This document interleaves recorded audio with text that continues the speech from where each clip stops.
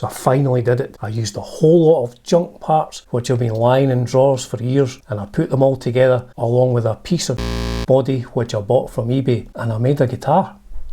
Take it away, maestro.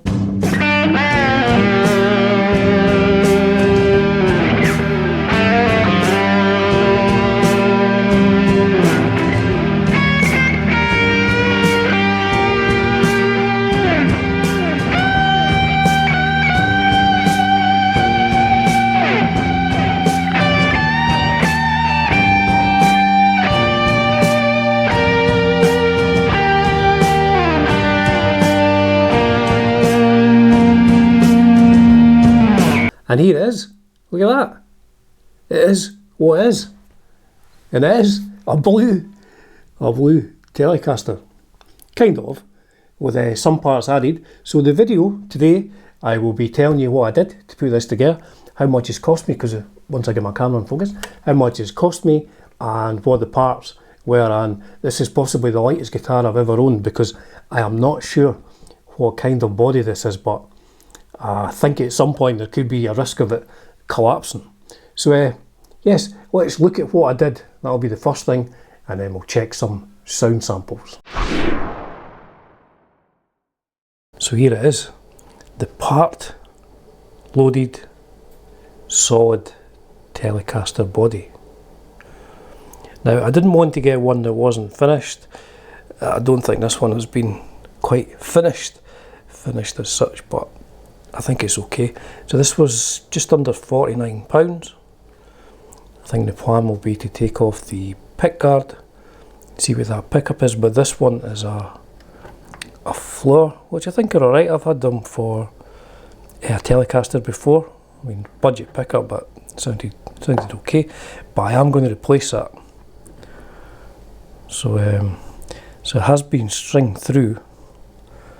Must have had one of these plates, which I've got over there, I'll show you in a minute, with 3 fixing screws. But this body is really sort of soft wood. I'm not sure what it is. I thought it was balsa wood to begin with. It's very light. Is it maybe Paulina? Is that how you pronounce that? But a bit rough, but that's kind of what I'm looking for. I'm not looking for anything super fancy. So there it is. So that is a £50 body, and that's the neck, which I've had for years, I think maybe 15 years. So I've no idea if these holes match up with these holes, and I don't know if this is the right wood. I didn't bother checking it in. I'm going to try and make this build, could you call this a build? I don't know, this assembly as labour unintensive, if that's a word, as possible. What I bought was this, a stop tailpiece string through the top, so at least it's got an earth wire. So my plan is to put this on there.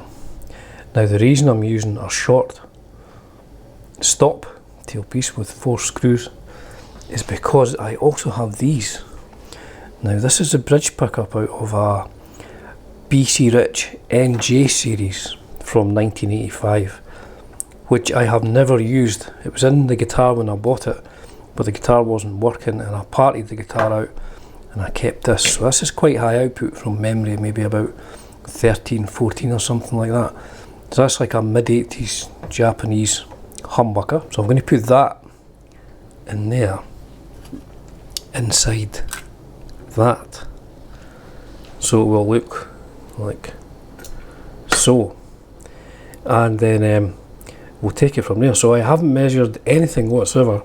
I'm just going to go on the fact that I think most Fenders probably fit. I don't want to have to drill new holes, but we'll see how it goes. So the first thing to do, let's take all the screws out. Look at the size of those screws. It's like the massive wood screws holding that control plate on. Get the pick guard off. Now what I ended up doing, I actually ended up changing that pick guard out for an old one, sort of cream coloured, which I thought matched a bit better with the pickup surround. So take it off, let's have a look underneath, under the hood as it were. So sort of traditional routes, the neck pickup is a flower as well. Now look at the, I'm not 100% sure what this body is, but we'll get a closer look in a minute. So what I had to do was I actually had to drill these holes out a little for the screws to fit through, but it fitted perfectly. I did actually measure the scale length because I wanted to make sure that I was putting the bridge on in the right place, because it would have been nothing worse if I had stuck in the wrong place and I couldn't intonate the whole thing. That would have been a disaster. So I did double check the scale length at 25.5 to just about the middle of where those saddles are. Then I started routing out the body just with a chisel. I drew a line around the pickup, and that's, we're getting there. Now what is that wood? What is that body wood? It's very soft, and we're getting towards the finished article. I had to do another sort of chisel bit either end to fit the legs of the pick. So that probably took about 4 hours altogether, which is not bad. You know, I'm not a luthier. I'm not a professional luthier, as I will have said in this video and on many other videos. I'm not Ted Woodford. I'm just some old guy bodging about in his kitchen when his wife's at work and he's got a day off. So 4 hours to put this together. Plays really, really well, surprisingly enough. So how do the pickups sound? How does this very powerful humbucker sound? And this flower single coil in the neck. Well, here's one thing. I noticed I changed the pots, but I rewired it the same way it was wired before. I didn't really check. Now these seem to be out of phase, which out of phase sound is normally a bit too quacky for me, and I think on cleanish sounds I don't think it's the best, but on overdrive sounds like the J Mascis Telecaster, it sounds really, really good on overdrive sounds, the middle position. So do watch out for that when it's in the middle position. It's got it's like almost like a wah that's kind of slightly open. So here's the sounds and a few different gain structures of the old BC Rich pickup from the mid-80s and this flower pickup which was in the guitar when I got it. Let's hear it.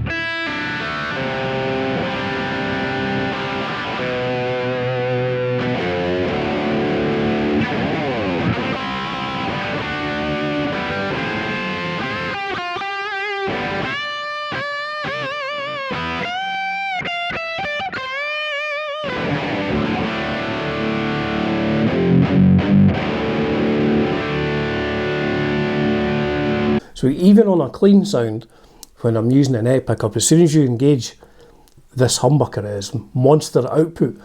I really like it. I mean, that's the kind of thing I'm looking for. A lot of people prefer pickups which are quite balanced. When you're going between them, there's not like a big sort of volume gain difference. That's not what I prefer. I prefer, if I'm on the neck pickup, that I tend not to use. In fact, I do not own a 2-channel amp. I've never owned a 2-channel amp.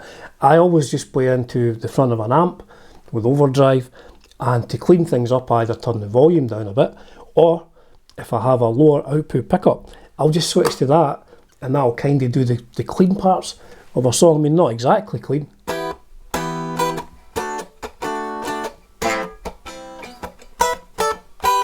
It's not plugged in, but that's what I would do if I was playing the verse of Dancing in the Moonlight.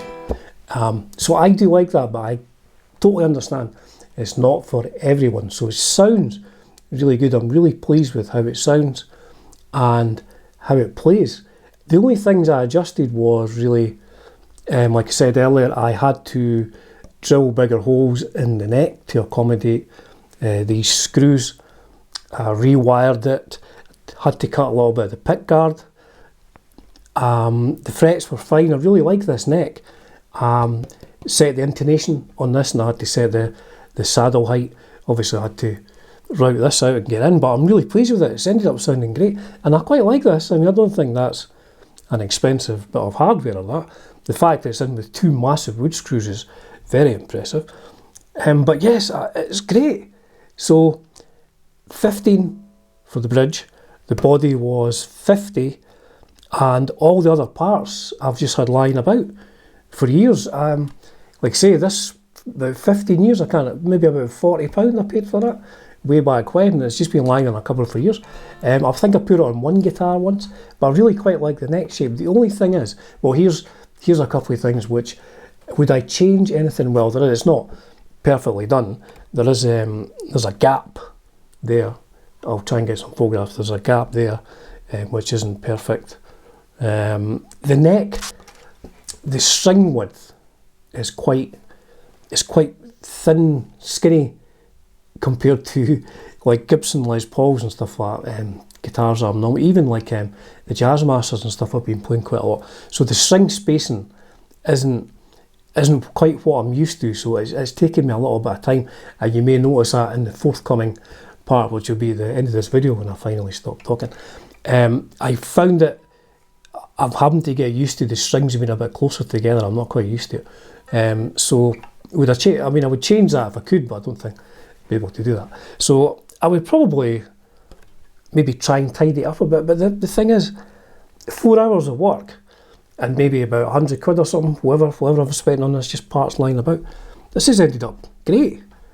It's got my Hackensack Bulls sticker and my It Is What It Is sticker. That was, what was that? That was 5, and the It Is What It Is sticker was 10. So there you go. That's not bad. That's not a bad day's work to get this old Partscaster together. Will I keep it together? I mean, this was just an experiment, just to see if I could do it, and just to use up a bunch of parts. I may have another body coming, which is probably a bit classier than this one, but this is cool. My only issue would be that I'm not sure what type of wood this is. I'm not sure if it's going to, because I mean, you can hear a sort of, you can have a cracking going on. I don't know if it's actually cracking, but the wood moving. So yes, I may put this neck on another guitar, or I may just leave this completely as is. So for the final part of this video, what I did was, and I do this on a lot of my videos, I will just like find a backing track and just jam along with it. Now, people make mistakes. You know, I'm like the worst of us. I make mistakes all the time. But what I tend to do is, if I get about 3 minutes into the song, the jam, and I've not made too many mistakes, I'll stop it at 3 minutes, and that's as much as I'll put in. If I get to 4 minutes, I'll maybe put that in as well. And if I start going, you know, a bit too jazzy, inadvertent jazz, I will cut that out. But what I've decided to do in this one, I found a backing track that's 6 minutes and 33 seconds. So I see a lot of things on YouTube about people miming and stuff like that. So this is just to confirm that I am not miming in any of my stuff. So I've done the whole track. I've kept all the mistakes in as well. There are some deliberate jazz notes. There's some of the stuff I'm playing which sounds jazzy, which I did intend to do. There are, however, a few parts in this tune where I'm going a bit off the beaten track and going into, you know, jazz keys that I probably don't know anything about, and really you could sum up as I was playing the wrong note. But the good thing about doing this is, and a lot, you know, guitar players will know this, if you play the wrong note, if you do exactly the same thing again or 2 or 3 times, people will say, oh, he must have meant that because he wouldn't have played the wrong note, you know, the same wrong note. But, you know, that's how you get away with these things. Smoke and mirrors, folks. Smoke and mirrors. So there you go. That's my blue Partscaster. As ever, it's a privilege and a pleasure bringing you content on Dunsies Guitar World. Cheers for now.